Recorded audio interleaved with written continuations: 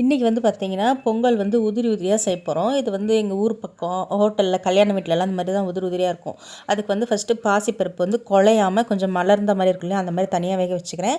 இந்த பக்கம் வந்து பார்த்திங்கன்னா பச்சரிசியும் நல்லா வேக வச்சுக்கிறேன். ரொம்ப குலைவாக வேக வேண்டாம், கொஞ்சம் அரிசி அரிசியாக இருக்கிற மாதிரி வந்து வேக வச்சு எடுத்துக்கினேன். உளுந்து வந்து ஊற வச்சுருக்கேன் வடைக்காக.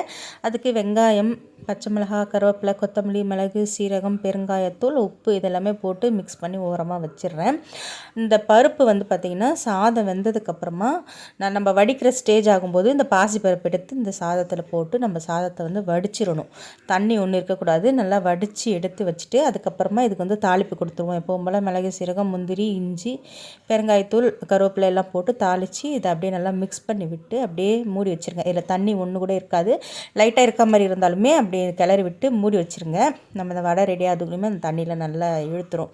அப்புறம் இந்த பக்கம் வடையும் போட்டாச்சு. இன்றைக்கி வந்து ஃப்ரெஷ்ஷாக பண்ணது என்னென்னு பார்த்தீங்கன்னா வெண்பொங்கலும் வடையும் தான். முந்தின நாள் வந்து தேங்காய் சட்னி, தக்காளி சட்னி டிஃபனுக்கு வச்சது இருந்தது. சாதத்துக்கு வந்து எல்லா கிழங்கு எல்லா காய்கறியும் போட்டு சாம்பார் வச்சுருந்ததில்ல, அதையும் வந்து எல்லாம் எடுத்து வச்சு பிளேட்டிங் பண்ணி சாப்பிட்டாச்சுங்க. இன்றைக்கி வந்து சிம்பிளாக முடிச்சாச்சு பிரேக்ஃபாஸ்ட்.